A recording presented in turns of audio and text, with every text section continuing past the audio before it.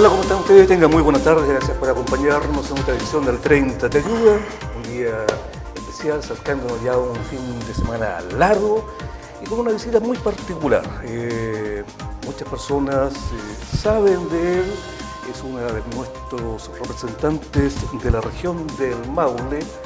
Llegó hace tal vez poco tiempo acá a la región del Maule, pero tuvo de partida una de las votaciones más impresionantes en el último tiempo. Le fue bastante bien. Nos encontramos con don Cristian Vial, actual senador de la República. Senador, ¿cómo está usted? Buenas tardes, gracias por acompañarnos. Buenas tardes, encantado de estar aquí con ustedes, San Javierinos, en su tierra. Y gracias por la invitación, feliz de estar acá, ya en el Senado constituido, así que presentado y trabajando por el Maule. Bueno, me imagino que esta es la primera vuelta de lo que son las semanas distritales. Me imagino que es la primera vez que ya toma contacto con la comunidad, ya con su cargo de senador, a pesar de que usted recorrió toda la región en la campaña. Sí, bueno, el contacto lo he mantenido, ¿eh? Lo mantuvimos después de la campaña, cuando gana el presidente José Antonio Kast, que también trabajamos para eso.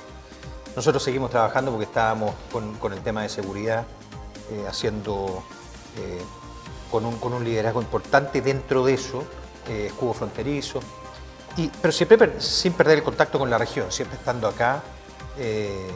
Las semanas pasadas, que han sido 2 ya que estamos en el Congreso, porque nosotros empezamos nuestra labor el 11 de marzo, ha sido muy bueno porque me permite el día jueves y viernes estar acá después de Valparaíso, estar acá en el Maule, y ahora estamos en la semana regional, la distrital, regional que le llaman, en contacto con las comunidades, con las 4 provincias.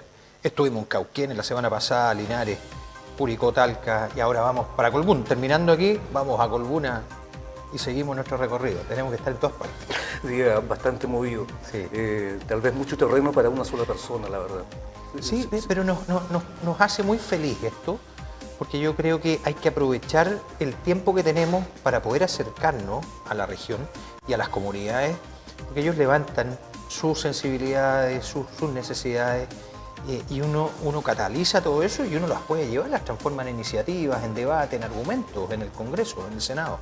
Así que es mi alimento de trabajo. Así que lo encuentro muy bueno. Estupendo. Senador, pero el Maule es bien visible. Hay un Maule Norte que tiene una forma de vida e ingresos económicos muy diferente al Maule Sur. Me acaba de mencionar Cauquenes, una comuna que históricamente es pobre, Linares anda más o menos igual, pero pasa algo, ustedes me imagino que se han dado cuenta, cruzando el río Maule son mundos, realidades completamente distintas. ¿Cómo lo va a enfrentar usted? Sin duda. No sé si realidad es completamente distinta. Sí se hace evidente que el desarrollo y la prosperidad ha sido más significativa en el norte de la región. Eso es así. Se puede ver en temas de conectividad física. Nos faltan caleteras, por ejemplo, aquí en el Maule Sur. Otras comunidades que están un poco más apartadas, la conectividad digital, sí, también es cierto. Yo creo que debemos generar las condiciones para que eso también se pueda trasladar al Maule Sur. Hay un músculo en el Maule Sur que debiera ponerse a disposición. Yo creo que falta política pública, falta que las autoridades también pongan el énfasis acá, falta que los parlamentarios también pongamos el énfasis acá, porque hay también mucha energía y mucho compromiso de privados en el Maule Sur. Hay gente que no solamente está en el agro, ¿no? El Maule Sur es una potencia agroalimentaria dentro de la región, ¿no es cierto? Entonces, podríamos sacar buenas ideas e iniciativas para que impacten en el Maule. Yo creo que por ahí vamos a ir. A propósito de conectividad, de infraestructura, hay un sueño a este lado, especialmente entre San Javier y Constitución, que es contar con una doble vía. Usted sabe que el camino a Constitución es fatal. Sí, claro. Y hasta el momento muchos anuncios, muchas promesas, pero... Sí, es un proyecto que está hace tiempo. Y la otra cosa que a mí como maulino me preocupa mucho es un elefante blanco que tenemos en Linares, el hospital. Sí, claro. No, eso es Patético. Claro, es intolerable lo que ha pasado con el hospital de Linares. Ayer hablando con el Servicio de Salud, me entregaba una buena noticia, me decía que las bases sísmicas no estarían en malas condiciones como se había hablado. Menos mal. De hecho, voy a recibir un informe en los próximos días, de esto lo he solicitado para poder evaluar bien eso, porque eso significa que se podría licitar de nuevo y echar a andar todo lo que significa. Pero el hecho de tener las bases sísmicas, yo no soy experto en esto, pero podría significar mucho más, o sea, perder lo que se ha construido. Eso. Entonces, es que eso se dio a entender, pues nos están diciendo que claro, la base está mal, esta cuestión hay que echarla abajo, ¿no? Sí, claro. Entonces hay un problema de gestión que se hizo evidente. Por eso ocupo esa palabra, es intolerable. No puede ser, porque Linares ahí se resiente esa provincia. Senador, ¿sabe cuánto tiempo nos vienen prometiendo el hospital? Desde el 2010. Sí, claro. O sea, y le diría que más, claro. No sé, todo es a raíz del terremoto. Sí, claro. Ahora usted tiene la esperanza que dentro de su periodo, por lo menos, tengamos la obra toda esa. ¿Va a pelear por ese lado? Yo voy a hacer todo lo posible. Estoy en eso, así como los bypass también, de Talca, de Curicó, que son obras de infraestructura, y los hospitales que no podemos darnos el lujo de por una mala gestión posponerlo. Entonces, estamos haciendo todo lo posible para poder informarnos, para poder tener la información precisa, porque uno se informa de distintas fuentes y es difícil llegar a la punta del cable, a ver quién se equivocó, quién fue negligente, quién hizo mal y esto. Entonces, senador, pero levantándose el diagnóstico lo vamos a hacer. Sí, más que quién fue negligente, aquí estamos hablando de simplemente que platas que se perdieron. O sea, usted como ex militar, me imagino, tal vez le duela mucho. Yo crecí pensando que vivía en un país donde la probidad era moneda de curso corriente. Mirábamos con cierto desdén incluso a países vecinos donde la corrupción era establecida y de repente nos dimos cuenta que estábamos igual o peor que ellos. O sea, aquí se perdió plata, evidentemente. Sí, nos hemos dado cuenta lamentablemente que Chile no escapa a eso. Tuvimos una percepción, diría yo, durante muchos años respecto del vecindario, de Latinoamérica, no el mundo desarrollado, porque el mundo desarrollado tiene avanzado mucho más en códigos éticos para su sociedad. En Latinoamérica pensábamos que éramos distintos y no es tan así, la verdad. No éramos tan ingleses. No es tan así. Yo creo que Chile está en una crisis ética. Mire usted el tema de las licencias médicas, el tema de las fundaciones, y así suma y sigue. Y me refiero a ética, más que a la moral, porque yo creo que Chile tiene moral todavía en muchos aspectos. Pero es el ejercicio del cargo público, la verdad que estamos al debe. Es una vergüenza, es una pena. Yo que estoy por estos días recorriendo varios establecimientos de educación pública, porque estoy integrando la Comisión de Educación del Senado. Entonces es mi sensibilidad y quiero hacerlo. Entonces cuando veo nuestras instalaciones, nuestros establecimientos públicos, también uno se recuerda de esto. Se recuerda de que el Estado debió haber provisto gente más proba, más virtuosa, debió haberse dado cuenta hace mucho tiempo que la educación pública, la importancia que tenía, y no es tolerable tampoco que nuestra educación pública esté en el pie que está. Senador, me llamó la atención cuando usted aceptó conversar con nosotros. Por supuesto me puse a buscar información, algo que hoy día se puede hacer con mucha facilidad, afortunadamente con un teléfono. Y lo vi en una entrevista en Talca y me llamó mucho la atención una expresión que ocupó: recuperar el Estado de Derecho. La encontré fuerte. O sea, tal vez hasta puede ser cuestionable como fue haber dicho estamos en quiebra. O sea, Chile ya no es un Estado de Derecho. No, sí hay Estado de Derecho en Chile, pero sí se ha visto dañado. Y uno puede establecer una correlación, e incluso una relación de causalidad, entre el bajo cumplimiento de la ley, por la relativización del cumplimiento de la ley, y el debilitamiento del Estado de Derecho. Eso ha pasado en Chile. Y lamentablemente tenemos un episodio que recordar en 2019. 2019, cuando tuvimos el estallido, cuando sufrimos todo eso, Chile se vio enfrentado a eso, justamente a un daño muy profundo al cumplimiento de la ley. se mandaron señales que el cumplimiento de la ley era discrecional, o sea, sí, no era obligatorio. Recuerde usted el salto a los torniquetes, la quema impune del metro, el recibimiento de la primera línea en el Congreso Nacional en Santiago, los indultos. Entonces usted cuando manda esas señales a la ciudadanía, mucha gente dice, bueno, yo podría no cumplir la ley y no me va a pasar nada. Eso el mundo desarrollado lo tiene resuelto hace muchos años, y ellos pueden tener problemas domésticos, internos, se tienen que poner de acuerdo, pero ellos nunca transen el cumplimiento de la ley porque eso debilita el Estado de Derecho, eso debilita. Y en ese mismo contexto, recordemos lo que le pasó a Carabineros, una institución que hace cumplir la ley, que tiene el mandato del uso de la fuerza legítima para hacer cumplir la ley, se debilitó. Hoy día conversaba yo en el INDH de la región, en Talca, y le decía a su directivo, le decía y le recordaba las 3.300 y algo querellas contra Carabineros. Eso debilita la institucionalidad. Peor aún, la presidencia con acusaciones constitucionales y subvertir el orden, porque eso fue lo que hubo actos de subversión en ese tiempo. No todo era subversión, pero sí hubo actos de subversión. Eso debilitó la institucionalidad de la presidencia, la primera tomadora de decisiones del país. Eso, por supuesto, que el Estado de Derecho lo hace flaquear. Ahora bien, yo tengo una mirada optimista de eso, porque después de eso Chile comienza a dar muestras de robustez institucional. A lo mejor estuvimos desafiados, diría yo, con ventilador mecánico algunas instituciones, pero funcionó. Y hay casos muy dignos de comentar, ¿no es cierto?, la Contraloría General de la República.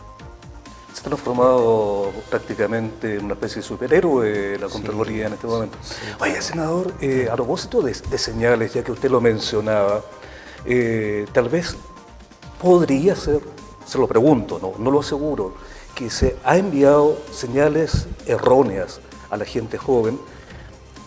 Bien, usted está interesado en la educación. Y justamente, lamentablemente, esta ha sido una semana terrible, horrenda. Partimos con el tema de Calama, y después esto parece como esas caídas de dominó, esos juegos de dominó, que es uno tras otro. Después de Calama fue Curicó, un chico que llega con armas, hace poco rato Angol, la misma historia, y rematamos a eso de las 10 o 11 de la mañana del día martes con un incendio provocado en el Liceo Las Tarrias. O sea, se le está diciendo a estos niños, hagan lo que quieran, hay que cambiar la normativa. Hoy día, por ejemplo, yo recuerdo, yo soy papá, y por lo tanto también apoderado. A mí no me molestaría para nada que pongan un detector de mentiras, un detector de metales, no de mentiras, de metales en una escuela, pero han dicho que no. O que revisen la mochila, porque estamos viendo que es una realidad. Se les mandó una mala señal a los niños, a los jóvenes. Sin duda, yo creo que eso está sucediendo hace tiempo, ¿no? Está sucediendo, es parte de la crisis que estamos viviendo, de esta crisis no solo de seguridad, no solo ética, es una crisis valórica en muchos aspectos. Entonces, esto que conversábamos recientemente viene asociado también de una falta de respeto, de aproximación a la autoridad. Y eso lo hemos visto en las aulas de clase.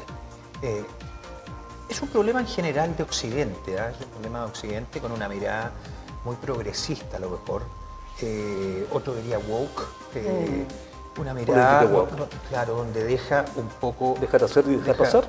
¿Perdón? ¿Dejar hacer, dejar pasar? Sí, claro, un énfasis en los derechos sobre los deberes, todo esto estos ingredientes de la batalla cultural que estamos viviendo, ¿no?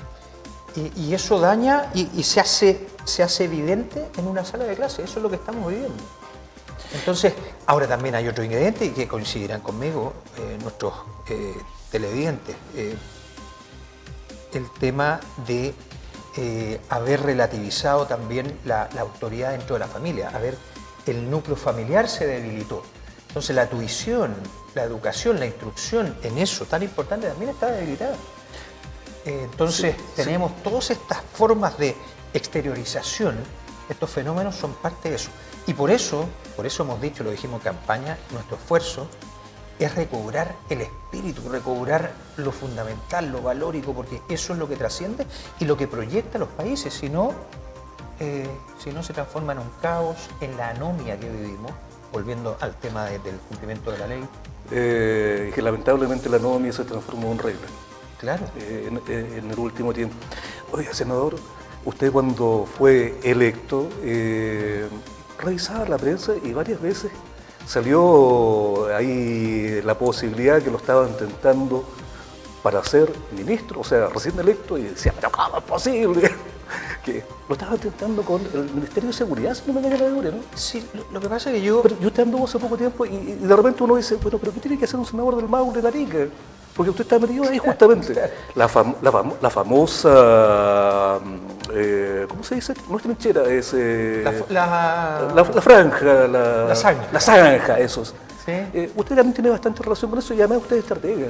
Sí, claro. ¿Va a funcionar eso? Que de repente uno dice, no sé, van a parar el paso a la gente con una zanja. No. ¿Van a poner un palo y va a haber un negocio nuevo? No, yo le explico. De hecho, yo me pongo a disposición del proyecto republicano el año pasado, en marzo, y comienzo a apoyar el proyecto en temas de seguridad. Y me hice cargo del escudo fronterizo, que es el plan que se está ejecutando, junto con un grupo de militares que también se puso a disposición, también estratégicos, con un pensamiento bien adelantado de estrategia, y sacamos adelante este plan que se entregó a las autoridades nombradas y se está ejecutando ahora. Yendo a la pregunta de la zanja, no es solo la zanja, el plan de escudo fronterizo considera algunos efectos de contramovilidad, que es la zanja con camellones. La zanja y los camellones al final permiten obstaculizar el paso de vehículos, no de personas, eso de vehículos. Entonces eso se ponen en la frontera vulnerable que se identificó, porque de los 1030 kilómetros, 170 con Perú y 860 con Bolivia, no todo se puede pasar, porque la geografía hace su parte, las alturas, los bofedales, los humedales, hay partes de ustedes donde no puede pasar. Entonces se acotó, se achica el problema a 299 kilómetros de frontera vulnerable, que es por donde se producen los ingresos. Bueno, ahí usted hace zanja, pero además de las zanjas tiene que tecnificar, y ahí hay cámaras, drones, sensores que usted los pisa y eso manda una señal y detecta, se genera una alerta y se va a ver el ingreso furtivo. Entonces, es un complemento de tecnología de lo que hay disponible con efectos de contramovilidad, y usted puede tener un control efectivo y eficiente sobre la frontera de Chile. Eso es lo que tenemos que hacer. Senador, el problema justamente de la migración ilegal se puede mirar de dos formas. Por un lado, gente que va escapando de una situación horrible en sus países, como todos sabemos que ocurrió o sigue ocurriendo, y por otro lado, gente que definitivamente viene con la intención de hacer su propio negocio, de ampliar la pyme que tenían por allá. Estamos hablando de la delincuencia. Antes hablábamos de delincuencia, hoy día hablamos de crimen organizado acá. O sea, nos cambió la vida.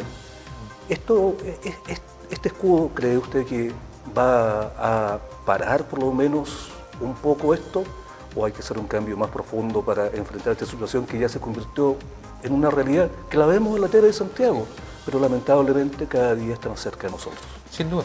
No, el crimen transnacional es vasto y no solamente permea por la frontera norte terrestre, porque el escudo fronterizo, el plan de escudo fronterizo está concebido para la frontera norte terrestre. Hay que considerar los puertos, porque el crimen organizado nos está haciendo mucho daño en el narcotráfico por nuestros puertos. El litoral completo y los 5.000 kilómetros que tenemos de frontera también con Argentina. Entonces, falta de escáner a propósito de puertos, o sea, eso ha sido un tema que se ha dicho mil veces. Imagínense que nosotros escaneamos los puertos chilenos bajo el 5% de la carga. No, es vergonzoso. O sea, aquí puede pasar cualquier cosa. Conversaba con una persona que trabaja para una naviera, la naviera más importante sudamericana.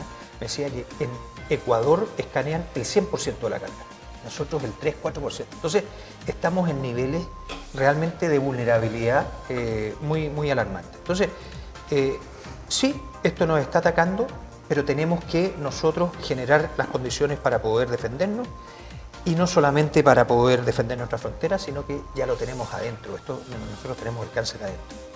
Mire, uno de los pecados más grandes que cometieron las autoridades que dejaron el gobierno pasado, en mi opinión, porque son muy responsables con lo que digo, fue haber relativizado esto, el haber romantizado, por ejemplo, la migración ilegal.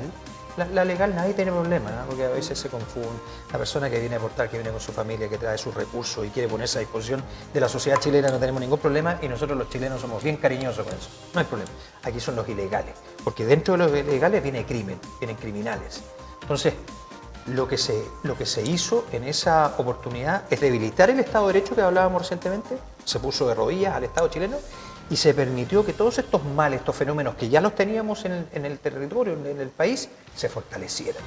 Y ahora es un cáncer, es un cáncer. Hay que mirar la experiencia comparada, no es fácil extirpar un cáncer de la sociedad así, pero tenemos que hacerlo, tenemos que hacerlo. A ver,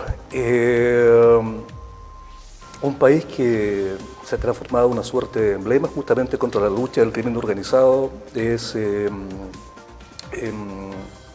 Salvador, ¿no? Sí, Perdón, sí, El Salvador, Bukele.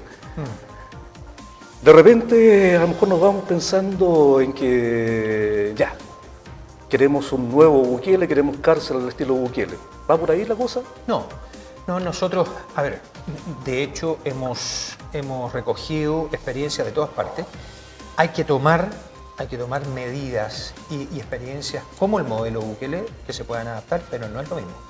Chile tiene institucionalidad suficiente para hacer algo muy distinto que en El Salvador. Permíteme hacer la comparación. 2019, cuando llega al poder el presidente Bukele, El Salvador tenía un índice de criminalidad, o sea, homicidios consumados sobre el 100, 106, 108, homicidios consumados sobre 100.000 habitantes. Nosotros llegamos el año pasado 6.2 sobre 100.000, o sea, de 6, esa es la diferencia. Incluso ahora ha bajado, según las últimas mediciones estamos en menos de 6. Pero es el doble de lo que teníamos hace 10 años, por eso los chilenos andamos asustados, tenemos una percepción de temor, una percepción de inseguridad muy alta. Entonces, le diría yo que para responder la pregunta, Chile tiene la institucionalidad muy distinta a El Salvador para hacer funcionar los elementos de poder del Estado, que no me refiero a los poderes del Estado, por supuesto, pero los elementos de poder, diplomacia para cuidar las fronteras con Bolivia, con Perú, inteligencia, informaciones, el poder militar y el poder económico. Todo eso a disposición para poder combatir estos fenómenos que ya los tenemos adentro. Oye, senador, nosotros somos medio de campo. ¿Qué quiere que le diga? Estamos parlados que somos... Son cariñosos en el campo, me gusta. Ahí lo vi el otro día probando un chancho en piedra. Sí, así una piedra. Oye, qué linda. ¿Cómo esta mesa? Yo sí la vi. Era grande. Tenía pinta de estar bien bueno. Capaz que haya sido tomate talquino, del bueno. Del bueno, sí. Oiga, ¿por qué decía el alcance?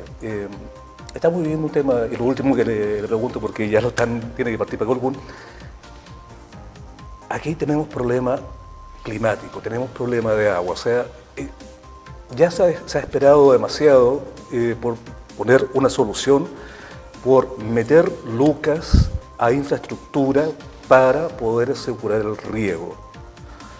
¿Cómo la va a pelear usted por ese lado? ¿Le preocupa la agricultura maulina? Sí, pues nosotros tenemos un problema, Chile lo tiene, pero son distintos.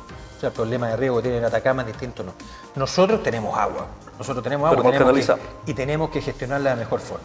Entonces tenemos que destrabar primero, tenemos que hacer menos burocrático todo este sistema, la DGA tiene un rol ahí importante, y tenemos que construir tenemos que embalsar agua, no puede ser que en una lluvia copiosa, esos frentes que se meten en el sur, toda esa agua se vaya al mar. Entonces tenemos que embalsar y tenemos que generar mejores condiciones, menos burocracia, para que sobre todo los chicos, no los grandes, los grandes la verdad que se las arreglan. Son los chicos los que sufren más. Entonces, sí, estamos en eso y vamos a generar las mejores condiciones para eso. Bueno, eso va a significar que va a tener como enemigos a los ambientalistas.